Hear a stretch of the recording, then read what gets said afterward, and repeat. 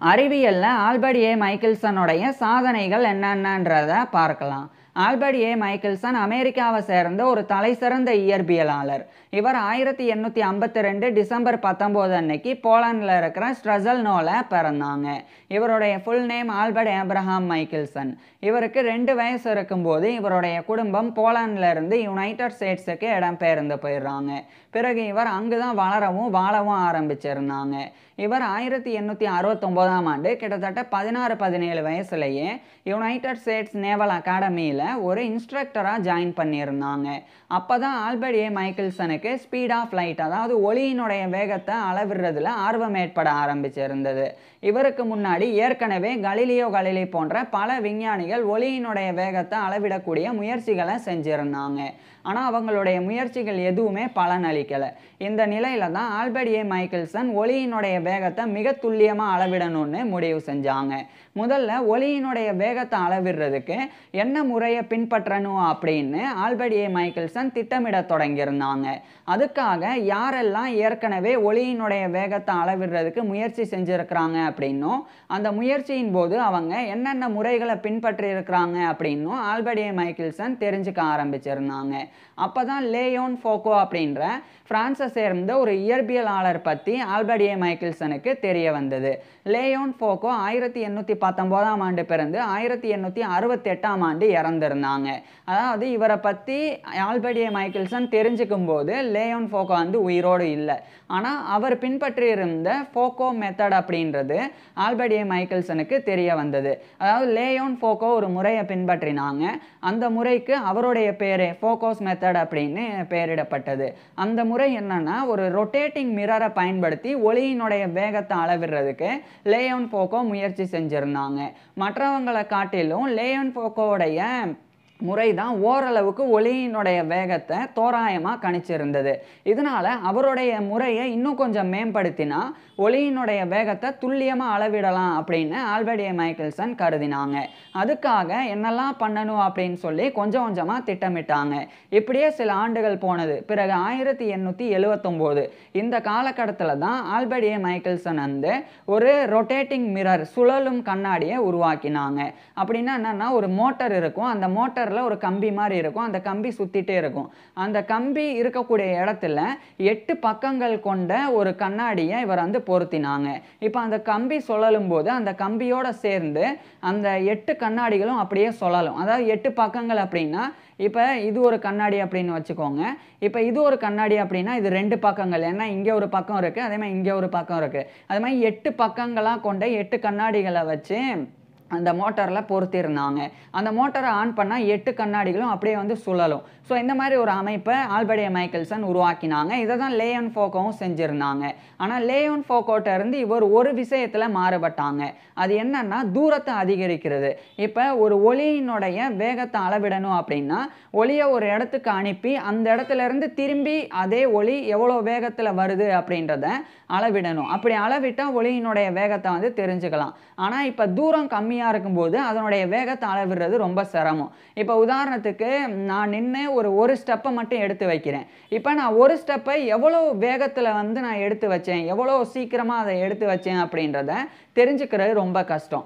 அதுக்கு பதிலாக இப்போ நான் ஒரு 6 ஸ்டெப்பு நடந்து போயிட்டு இப்போ அந்த 6 ஸ்டெப்பு நடக்கிறதுக்கு எவ்வளோ நேரம் ஆயிருக்கு அப்படின்னு பார்த்தா 3 செகண்ட் ஆயிருக்கு அப்படின்னு தோராயமாக எடுத்துக்குவோம். ஸோ 6 செகண்ட் நடக்கிறதுக்கு 6 ஸ்டெப்பு வந்து எடுத்து வைக்கிறதுக்கு 3 செகண்ட் ஆயிருக்கு அப்படின்னா அப்போ ஒரு ஸ்டெப் எடுத்து வைக்கிறதுக்கு பாதி செகண்ட் தான் ஆயிருக்கு, 0.5 செகண்ட்ஸ் தான் ஆயிருக்கு அப்படின்னு இப்படி பண்ணுறதன் மூலமாக கண்டறிஞ்சிடலாம். ஸோ ஒரு ஸ்டெப்பை மட்டும் எடுத்து வச்சா அது அரை செகண்ட் ஆயிருக்கு அப்படின்றத கண்டறிகிறது ரொம்ப கஷ்டம். ஆனால் அதே 6 ஸ்டெப்பை எடுத்து வச்சுட்டு அந்த 6 ஸ்டெப்பை எவ்வளோ செகண்ட்ஸில் எடுத்து வச்சுருக்கோம் அப்படின்னு பார்த்துட்டு அதுக்கப்புறம் 6 ஸ்டெப்பை வந்து 3 செகண்ட்ஸில் எடுத்து வச்சுருந்தா அப்போ ஒரு ஸ்டெப்பை 0.5 செகண்ட்ஸில் எடுத்து வச்சுருப்போம் அப்படின்னு ஈஸியாக கணிக்க முடியும்.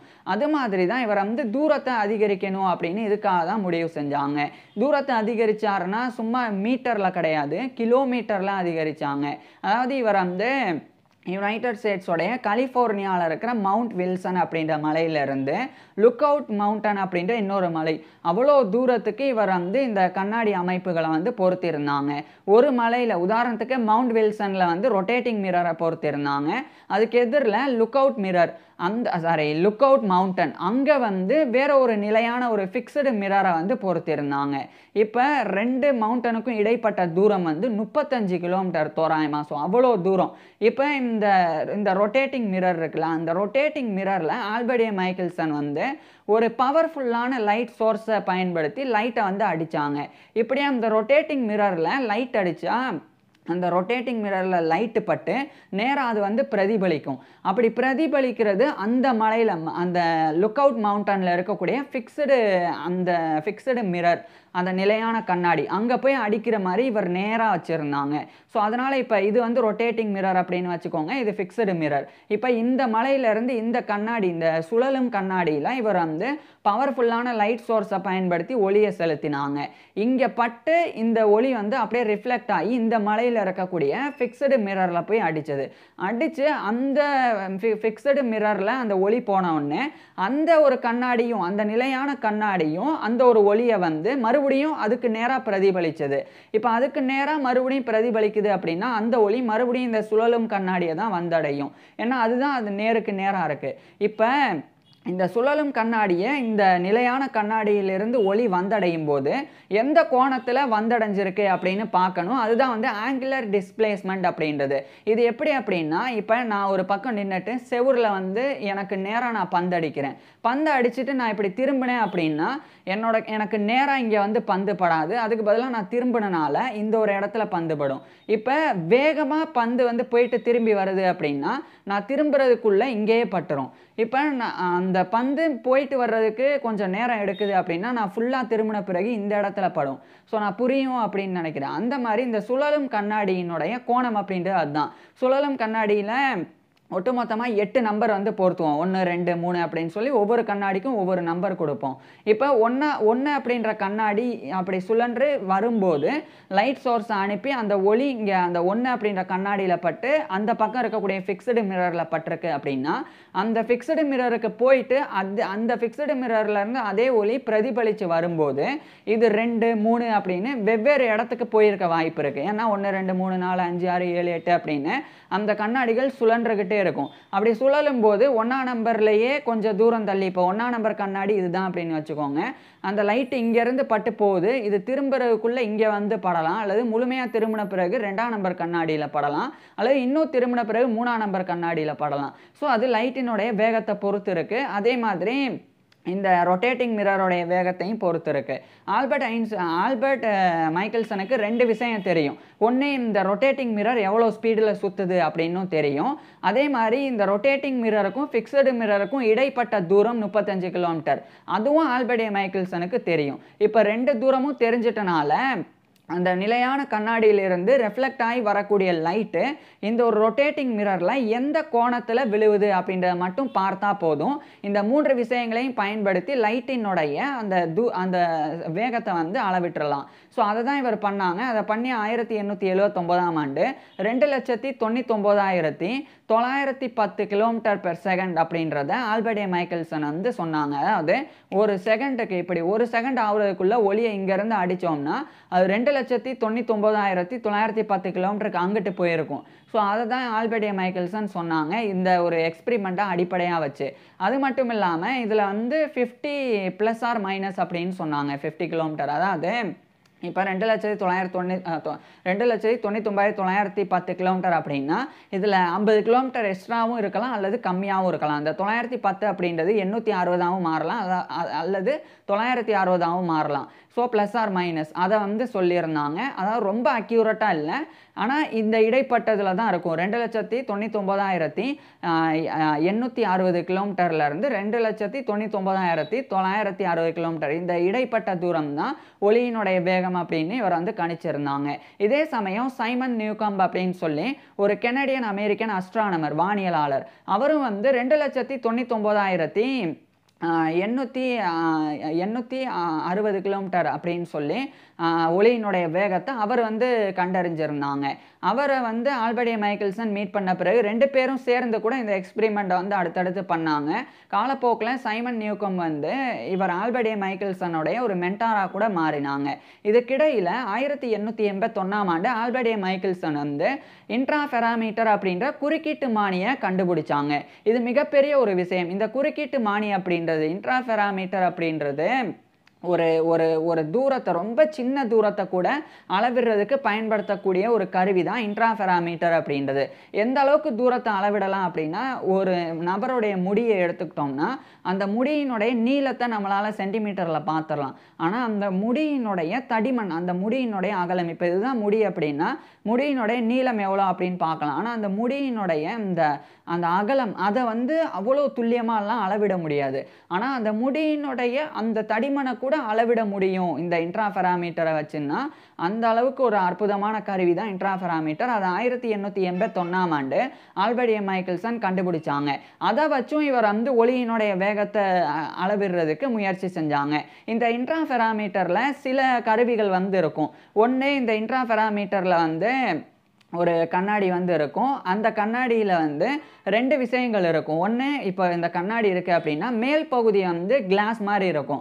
கிளாஸ் மாதிரி அப்படின்னா டிரான்ஸ்பரண்ட்டாக இருக்கும். இந்த பக்கம் இருந்து இந்த பக்கம் பார்க்கலாம், அந்த மாதிரி இருக்கும். கீழ்ப்பகுதி வந்து சில்வர் வந்து பூசியிருப்பாங்க. கண்ணாடி மிரர் மாதிரி இருக்கும். ஸோ இங்கேருந்து நம்ம முகத்தை பார்த்தா நம்ம முகம் தெரியும். அதே இங்கேருந்து நம்ம முகத்தை பார்த்தா முகம் தெரியாமல் இந்த பக்கம் என்ன இருக்குதோ அது வந்து தெரியும். ஸோ அந்த மாதிரியான ஒரு கண்ணாடி அமைப்பு வந்து இருக்கும். அதே மாதிரி அதுக்கு எதிரில் வந்து இன்னொரு கண்ணாடி, அது வந்து ஃபிக்ஸடு மிரர், அதுவும் இருக்கும். அதே மாதிரி இப்போ 2 கண்ணாடி, இப்போ ஒன்று ஃபிக்ஸடு மிரர், இன்னொன்று வந்து நான் சொன்ன மாதிரி மேலே கிளாஸு கீழே மிரர் இருக்கிற மாதிரி ஒரு அமைப்பு. அதுக்கப்புறம் இன்னொன்று அசைக்கக்கூடிய மூவபிள் ஒரு மிரர் வந்து இருக்கும். அந்த மிரரை வந்து முன்னாடியும் கொண்டு வரலாம், இப்படி பின்னாடியும் கொண்டு போகலாம், அந்த மாதிரி இருக்கும். ஸோ ஒட்டுமொத்தமாக 3 கண்ணாடி அமைப்புகள் இருக்கும். இன்னொன்று வந்து அப்சர்வர்ஸ் டிடெக்டர் ஒன்று இருக்கும். அது வந்து ஒரு டெலஸ்கோப் மாதிரி, அதை வச்சு அப்சர்வ் பண்ணலாம் ஒளியை. ஸோ அந்த மாதிரி இருக்கும். இப்போ இதை பயன்படுத்தி என்ன பண்ண முடியும்னா, நான் சொன்ன அந்த கிளாஸ் இருக்கிறது, கீழே வந்து கண்ணாடி இருக்கிறது, இந்த 2மே இருக்கக்கூடிய அந்த ஒரு கண்ணாடியில் ஒரு லைட்டை வந்து அடித்தா என்ன ஆகும்னா, அந்த லைட்டு வந்து 2ஆக ஸ்ப்ளிட் ஆகும். ஒளியினுடைய கதிர் பீம் வந்து அப்படியே 2ஆக வந்து ஸ்ப்ளிட் ஆகும். ஏன் ஸ்ப்ளிட் ஆகும் அப்படின்னா, இப்போ கவனமாக பாருங்கள், இங்கே வந்து கிளாஸ் இருக்குது. அப்போ இங்கேருந்து பார்த்தா இந்த பின்னாடி பக்கம் என்ன இருக்குது அப்படின்னு தெரியும். இங்கே வந்து கண்ணாடி இருக்குது. அப்போ இங்கேருந்து பார்த்தா நம்ம முகம் தான் தெரியுமே ஒழிய இதுக்கு பின்னாடி என்ன இருக்குது அப்படின்னு தெரியாது. இப்போ இதுக்கு எதிரில் நம்ம இப்படி லைட் அடித்தோம் அப்படின்னா, லைட்டு ஒளி வந்து இப்படி வருது அப்படின்னு வச்சுக்கோங்க. இப்படி வந்த உடனே 2ஆக ஸ்ப்ளிட் ஆகும். ஏன்னா கீழே இந்த கண்ணாடியை தாண்டி இந்த பக்கம் கீழே இருக்கக்கூடிய ஒளி வந்து போகாது. ஸோ இங்கே பட்டு அப்படியே பிரதிபலிச்சிரும். அதே சமயம் மேலே இருக்கக்கூடிய அந்த ஒரு கிளாஸு, அந்த அந்த அந்த ஒரு பகுதியில் வந்து ஒளி இப்படி போய் திரும்பி வராது. ஏன்னா அது இந்த ஊடுருவக்கூடியதாக இருக்கும். அதனால் இந்த பக்கம் போய் இந்த பக்கம் வந்து ஒளி போயிடும். ஸோ ஒரே ஒளி தான். இப்படி ஒரே ஒளி இப்படி அடிக்கும்போது கீழே பட்டு பிரதிபலிக்கும் கீழே உள்ள ஒளி. ஆனால் மேலே போகக்கூடிய ஒளி மட்டும் அப்படியே பிரதிபலித்து அந்த பக்கம் போகும். அதாவது ஊடுருவி அந்த பக்கம் போகும். அந்த பக்கம் போகிற ஒளி கரெக்டாக அதுக்கு எதிரில் இருக்கக்கூடிய நிலையான கண்ணாடியில் பட்டு, அதில் பட்டு மறுபடியும் ரிஃப்ளெக்ட் ஆகி அது திரும்பி வந்து இதே கண்ணாடி, அந்த நான் சொன்ன அந்த கிளாஸ், அந்த பக்கம் வந்து ஊடுருவி மறுபடியும் இந்த பக்கமே வரும். இப்போ ஒளி 2 விதமாக பிரிக்கப்பட்டிருக்கும். 2 விதமாக பிரிக்கப்பட்ட ஒளியும் பிரதிபலித்து நான் சொன்ன அந்த நகரக்கூடிய கண்ணாடி அதில் வந்து தான் படும். அந்த 3 கண்ணாடி சொல்லியிருக்கேன். ஒன்று ஃபிக்ஸடு மிரர், இன்னொன்று வந்து கீழே மிரர் இருக்கும், மேலே கிளாஸ் இருக்கும், இன்னொன்று மூவபிள் மிரர் அப்படின்னு. இப்போ மேலே கிளாஸு கீழே மிரர் இருக்கிறதுல தான் லைட் அடிக்கிறோம். லைட் அடித்தோடனே கீழே மிரர் இருக்கிறனால அந்த ஒளி பட்டு இந்த பக்கம் நகரக்கூடிய கண்ணாடியில் உடனடியாக வந்து பிரதிபலிச்சிடும். அதே சமயம் மேலே இருக்கக்கூடிய கிளாஸ், அது வழியாக ஊடுருவி போகக்கூடிய லைட் வந்து கொஞ்சம் தூரம் போய் இன்னொரு பக்கம் இருக்கக்கூடிய அந்த நிலையான கண்ணாடியில் பட்டு மறுபடியும் அந்த கிளாஸ் வழியாக ஊடுருவி வந்து தான் அதுக்கு எதிரில் இருக்கக்கூடிய அந்த மூவபிள் அந்த ஒரு மிரரில் வந்து படும். ஸோ 2 ஒளியுமே வந்து படும் தான். ஆனால் 2மே பிரிஞ்சு வெவ்வேறு நேரத்தில் வந்து படும். இப்போ அந்த வெவ்வேறு நேரத்தை அளவிடுறதன் மூலமாகவும் அதுக்கு இடையில் ஏற்படக்கூடிய இன்டர்ஃபியரன்ஸ் ஃப்ரிஞ்சஸ், அது வந்து குறுக்கீடுகள் அப்படின்னு தமிழில் அழைக்கப்படும். ஸோ அதை வந்து பார்க்குறதன் மூலமாகவும் ஒளியினுடைய வேகத்தை அளவிடலாம். இது எப்படி அப்படின்னா, இப்போ ரெண்டு ஒளி எதிரில் அப்படியே ரெஃப்ளெக்ட் ஆகுது அப்படின்னா 2 ஒளியும் வந்து அடிக்கும்போது அது ரொம்ப பிரகாசமாக தெரியும். அதே சமயம் ஒரு ஒளி வந்து ரொம்ப தூரம் பயணிச்சுட்டு ஒரு ஒளி ரொம்ப கம்மியான தூரம் பயணிச்சுட்டு வந்து அடிச்சுது அப்படின்னா ஒரு 2 ஒளியுமே அந்த தொடக்கூடிய இடம் வந்து அப்படியே ஒரு கருப்பு கோடு மாதிரி தெரியும். ஸோ அந்த கருப்பு கோடு மாதிரி தெரிகிறது தான் குறுக்கீடுகள் அப்படின்னு அர்த்தம். ஸோ அதை வந்து இந்த நகரும் கண்ணாடியை வச்சு நகர்த்தி பார்த்தா அந்த குறுக்கீடுகளும் நகரும். அதன் மூலமாக அளவிட்டு ஒளியினுடைய வேகத்தை அளவிடலாம். அதுதான் இன்ட்ராஃபெராமீட்டர். நான் சும்மா மேலோட்டமாக தான் சொல்லியிருக்கேன். அதை வச்சு இவர் 2,99,853 km/s அப்படின்னு சொல்லி இவர் வந்து ஒளியினுடைய வேகத்தை அடுத்து மேற்கொண்டு அப்டேட் பண்ணாங்க. ஸோ ஏற்கனவே 910, இப்போ 853. ஆனால் இந்த 853லேயே 60 km ± அப்படின்றதையும் ஆல்பர்ட் ஏ மைக்கேல்சன் சொல்லியிருந்தாங்க. இது 1883ல் இவர் தெரியப்படுத்தினாங்க. அதுக்கப்புறம் 1884 இருந்து இவர் வந்து லூமினிஃபெரஸ் ஈத்தர் அப்படின்ற ஒரு ஹைப்போதெட்டிக்கல் மீடியம் அதை வந்து கண்டறியணும் அப்படின்னு ஆல்பர்ட் ஏ மைக்கேல்சன் வந்து நினச்சாங்க. அப்படின்னா என்ன அர்த்தம்னா, இப்போ நம்ம பேசக்கூடிய ஒலி இந்த மாதிரி சவுண்டு வந்து கேட்குது அப்படின்னா அதுக்கு காரணம் வந்து காற்று தான். காற்று இல்லை அப்படின்னா சத்தம் கேட்காது. ஸோ நம்மளுடைய சவுண்டாக இருக்கட்டும், நம்ம பேசுகிறதா இருக்கட்டும், இதெல்லாமே வந்து கேட்குறதுக்கு காரணமே வந்து காற்று தான்.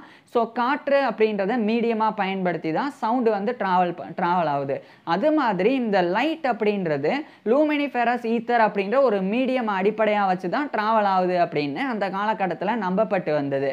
அப்போ லூமினிஃபெரஸ் ஈத்தர் அப்படின்றதும் காற்று மாதிரி தான். ஏதோ ஒரு பக்கம் வந்து அந்த ஈத்தர் விண்டு வந்து வீசும். அது எந்த பக்கம் வீசுது அப்படின்றத கண்டறியணும் அப்படின்னு ஆல்பர்ட் ஏ மைக்கேல்சன் வந்து கருதினாங்க. இதை உதாரணத்துக்கு சொல்லணும்னா, இப்போ காற்று எந்த பக்கம் வீசுது அப்படின்றத தெரிஞ்சுக்கிறதுக்கு கீழே இருக்கிற மண் எடுத்து இப்படி நம்ம தூவினோம்னா தூசி இருக்கும். அந்த தூசி பறக்கும்போது தூசி எந்த பக்கம் பறக்குதோ அந்த பக்கம் தான் காற்று வீசுது அப்படின்னு நம்மளால் கணிக்க முடியும். அதே மாதிரி தான் எந்த பக்கம் ஈத்தர் விண்டு அடிக்குது அப்படின்னு ஆல்பர்ட் ஏ மைக்கேல்சன் கண்டறியணும் அப்படின்னு முடிவு செஞ்சாங்க. அப்போ இவர் அமெரிக்காவை சேர்ந்த தலை சிறந்த விஞ்ஞானியான எட்வர்ட் வில்லியம்ஸ் மோர்லி அவரை போய் சந்திச்சாங்க. அதுக்கப்புறம் இவங்க 2 பேரும் சேர்ந்து 1887 காலத்தில் ஒரு பெரிய ஒரு எக்ஸ்பெரிமெண்ட்டாக பண்ணாங்க. அந்த எக்ஸ்பெரிமெண்ட்டுக்கும் ஆல்பர்ட் ஏ மைக்கேல்சன் இன்ட்ராஃபெராமீட்டரை பயன்படுத்தினாங்க. இதை ஒரு சிம்பிளாக சொல்கிறேன் எப்படி பண்ணாங்க அப்படின்னு. ஒரு கண்ணாடியை வந்து வச்சுருவாங்க. கண்ணாடியை வச்சுட்டு நார்த்து சவுத் அப்படின்னு 2 பக்கத்தில் 2 பேர் நின்று ஒரே தூரத்தில் நின்று 2 பேரும் ஒரே மாதிரியான லைட் சோர்ஸை வச்சு லைட்டாக அந்த கண்ணாடியில் அடிப்பாங்க. அது 45 டிகிரி சாஞ்சிருக்கும். அதனால் என்ன ஆகும்னா 2 பக்கம் இருந்து வரக்கூடிய லைட்டை அது உள்வாங்கி அது நேராக வந்து நேரடியாக பிரதிபலிக்கும் இன்னொரு கண்ணாடியில். ஸோ இப்போ சிம்பிளாக புரிஞ்சுக்கோங்க. இப்போ நார்த்து சவுத் அப்படின்னு 2 பக்கம் நின்றுட்டு எதனால் ஒரே கண்ணாடியில் 2 பேரும் சேர்ந்து ஒரே ஒளியை வந்து அடிக்கிறாங்க அப்படின்னா, இப்போ உதாரணத்துக்கு நார்த்துலேருந்து சவுத்து, அதாவது வடக்குலேருந்து தெற்கு நோக்கி ஈத்தர் விண்டு அடிக்குது அப்படின்னா, நார்த்தில் அதாவது வடக்கு சைடில் நின்று யார் அந்த லைட்டை மிரரில் அடித்தாங்களோ அவங்களுடைய லைட்டு தான் வேகமாக பயணம் பண்ணி எதிரில் இருக்கக்கூடிய கண்ணாடியை அடிக்கும்.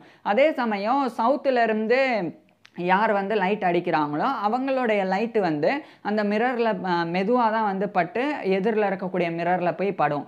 இதை புரிகிற மாதிரி சொல்லணும் அப்படின்னா, இப்போ வந்து காற்று வந்து வடக்குலேருந்து தெற்கில் வீசுது. இப்போ தெற்கு நோக்கி நம்ம ஏதாவது ஒரு பொருளை எரிஞ்சோம்னா அது வேகமாக போயிடும். அதே சமயம் தெற்குலேருந்து வடக்கு நோக்கி காற்று வீசுது. அப்போ நம்ம தெற்கு நோக்கி அதே பொருளை வீசினோம்னா அது அவ்வளோ வேகமாக பயணம் பண்ணாது. ஏன்னா காற்று அந்த பொருளை வந்து எதிரில். அது மாதிரி தான் இந்த ஈத்தர் விண்டும் கூட ஒளியை வந்து ஏதோ ஒரு பக்கம் ஆப்போசிட்டாக ஒளிக்கு இருக்கும். அதனால் ஒளியை எதிர்க்கும். அப்போ ஒளி வந்து ஏதோ ஒரு பக்கத்தில் இருக்கக்கூடிய ஒளி மட்டும் கொஞ்சம் மெதுவாக வந்து பயணிக்கும். அப்படி வந்து இவங்க 2 பேரும் நினச்சி அந்த ஒரு பரிசோதனை பண்ணாங்க. ஆனால் பரிசோதனை முடிவு காட்டினது என்னென்னா, எந்த பக்கம் இருந்து ஒளி அடித்தாலும் அது ஒரே நேரத்தில் தான் இன்னொரு கண்ணாடியை வந்தடைஞ்சது. இதில் ஏதாவது தப்பு பண்ணுறோமா அப்படின்னு நினச்சி இவங்க அடுத்து ஈஸ்ட்டு வெஸ்ட்டு அப்படின்னு அந்த மாதிரி பக்கம் நின்று பார்த்தாங்க. அப்போவும் ஒரே மாதிரி தான் இருந்தது. அதே மாதிரி பூமி, இப்போ பூமி வந்து ஒரு சமயம் இப்படி இங்கே சூரியன் சூரியன் இருக்குது அப்படின்னா பூமி இந்த பக்கம் இருக்கும், அடுத்து 6 மாதம் கழித்து இந்த பக்கம் இருக்கும். அதே மாதிரி இந்த பூமி இந்த பக்கம் போனதுக்கப்புறம் பார்ப்போம் அப்படின்னு சொல்லி பூமி அந்த பக்கம் போனதுக்கப்புறமாவும் இதை ட்ரை பண்ணாங்க. அப்போவும் ஒரே ரிசல்ட் தான் வந்தது. ஒளி வந்து ஒரே நேரத்தில் தான் எந்த பக்கம் இருந்து அடித்தாலும் 2 ஒளியுமே ஒரே நேரத்தில் தான் வந்து அடைஞ்சது. ஸோ இது என்ன அப்படின்னு சொல்லி இவங்களுக்கு புரியலை. அதனால் மோஸ்ட் ஃபெயிலியர் எக்ஸ்பெரிமெண்ட் அப்படின்னு இவங்க 2 பேரும் இந்த ஒரு எக்ஸ்பெரிமெண்ட்டை அறிவிச்சிடுறாங்க. இதுதான் மைக்கேல்சன் மோர்லி எக்ஸ்பெரிமெண்ட் அப்படின்றது இவங்களுடைய பேரில். ஆனால் உண்மையிலேயே இது சக்ஸஸ்ஃபுல்லான எக்ஸ்பெரிமெண்ட். இது ஏன் அப்படின்றத போக போக சொல்கிறேன். இதுக்கிடையில் ஆல்பர்ட் ஏ மைக்கேல்சனை 1893ஆம் ஆண்டு international committee of weights and measures அப்படின்னு சொல்லி ஒரு கமிட்டி, அவங்க தரப்பிலிருந்து இந்த மீட்டர் ஒரு மீட்டர்னால் எவ்வளோ தூரம் அப்படின்றத சரியாக அளவிட்டு சொல்லணும் அப்படின்னு ஆல்பர்ட் ஏ மைக்கேல்சனை அவங்க பணிச்சாங்க. ஏன்னா அந்த காலத்துலலாம் ஒரு மெட்டல் ஸ்டிக்கை தான் வந்து பயன்படுத்தினாங்க. அதாவது ஒரு மெட்டல் ஸ்டிக்கை ஒரு மீட்டருக்கு கட் பண்ணி வச்சுப்பாங்க. அதுக்கப்புறம் அதுதான் ஒரு மீட்டர் அப்படின்னு சொல்லி அளந்து வந்தாங்க. ஆனால் இதில் சவால்கள் இருந்தது. ஏன்னா உதாரணத்துக்கு இப்போ ஒரு இரும்பு கம்பியை வந்து 1 மீட்டருக்கு கட் பண்ணி வச்சுட்டு இதுதான் 1 மீட்டர் அப்படின்னு கருதி இருக்கிறாங்க அப்படின்னா அது மாறுபடும். ஏன்னா வெப்ப காலத்தில் இரும்பு வந்து விரிவடையும், அதே சமயம் குளிர்காலத்தில் இரும்பு வந்து சுருங்கும். அப்போ அந்த அளவும் வந்து மாறும் அது சுருங்கி விரியும் போது. அது மாதிரி தான் மற்ற உலோகங்களும் கூட. ஸோ அப்படி சுருங்கி விரிகிற மாதிரி இருந்தது அப்படின்னா அப்போ எப்படி 1 மீட்டரை கரெக்டாக வந்து ஏற்றுக்க முடியும்? அதனால தான் ஆல்பர்ட் ஏ மைக்கேல்சனை பணிச்சாங்க. இவர் ரொம்ப ஃபென்டாஸ்டிக்கான ஒரு ஐடியா பண்ணாங்க. அதாவது எந்த ஒரு விஷயமும் வந்து மாறுபடலாம், ஒளியினுடைய அலைநீளம் மாறுபடாது.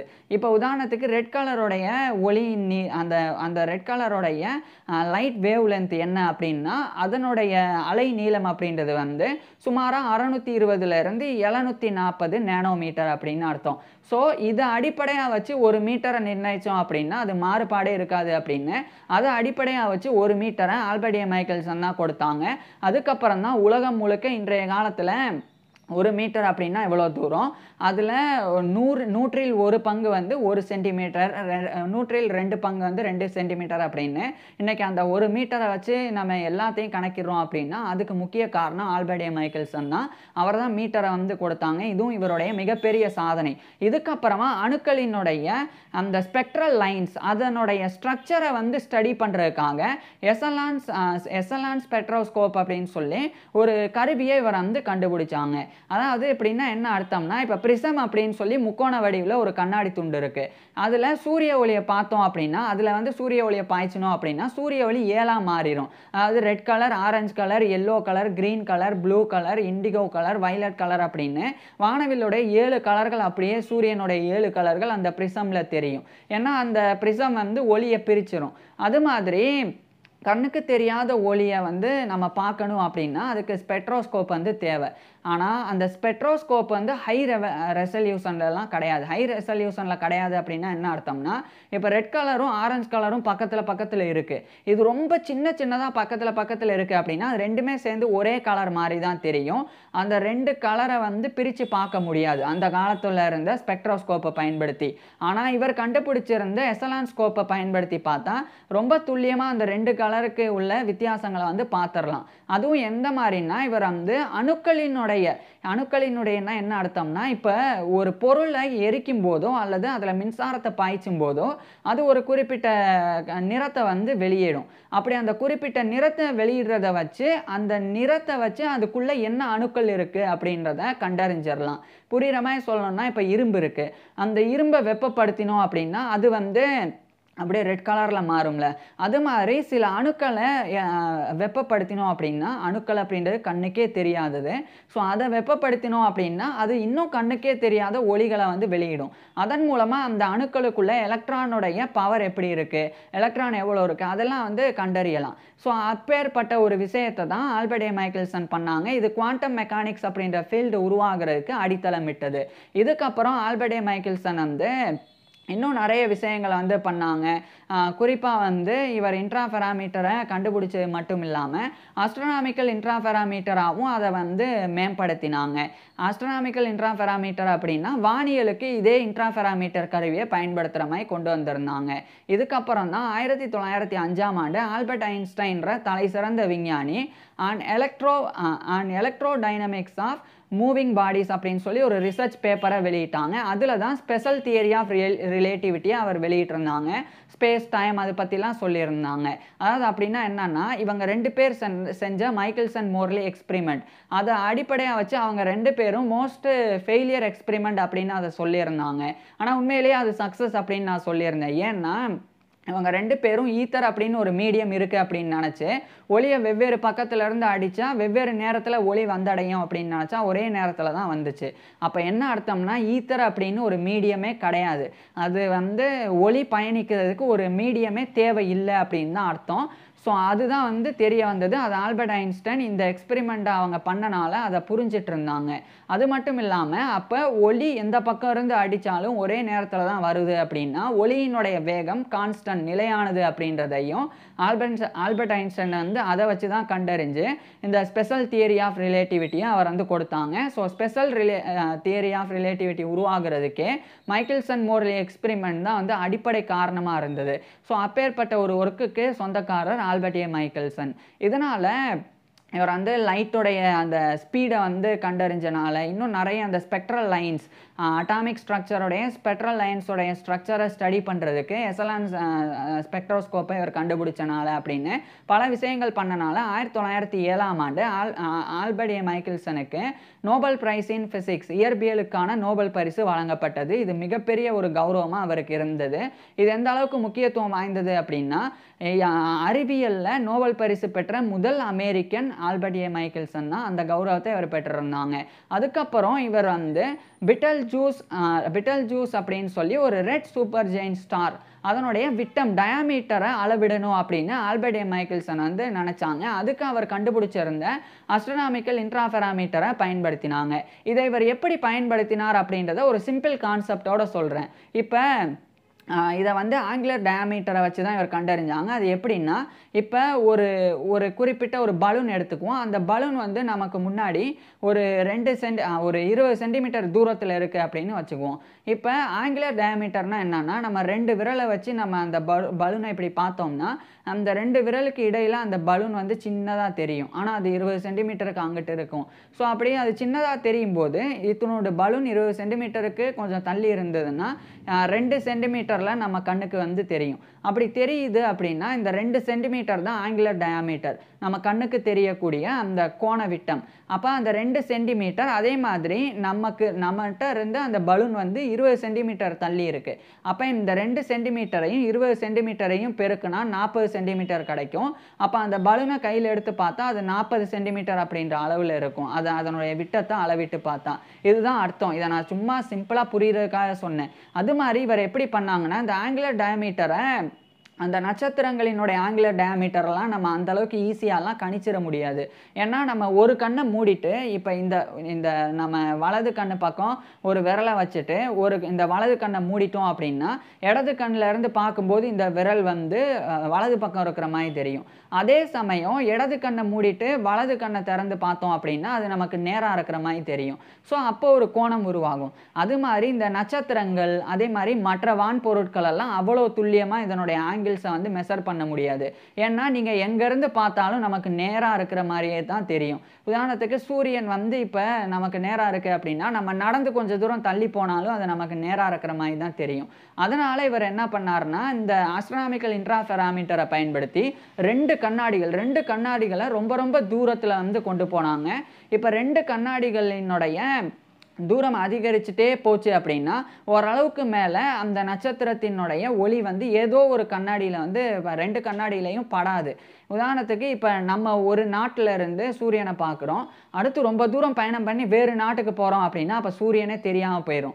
இது மாதிரி நினச்சிக்கோங்க. அந்த மாதிரி இவர் 2 கண்ணாடியையும் வெவ்வேறு ரொம்ப 2 இப்படி நீளமாக கொண்டு போயிட்டே இருந்தார் அப்படின்னா ஒரு குறிப்பிட்ட தூரம் போகும்போது அந்த 2 கண்ணாடியிலையும் அந்த நட்சத்திரம் குறிப்பிட்ட நட்சத்திரம் தெரியாது.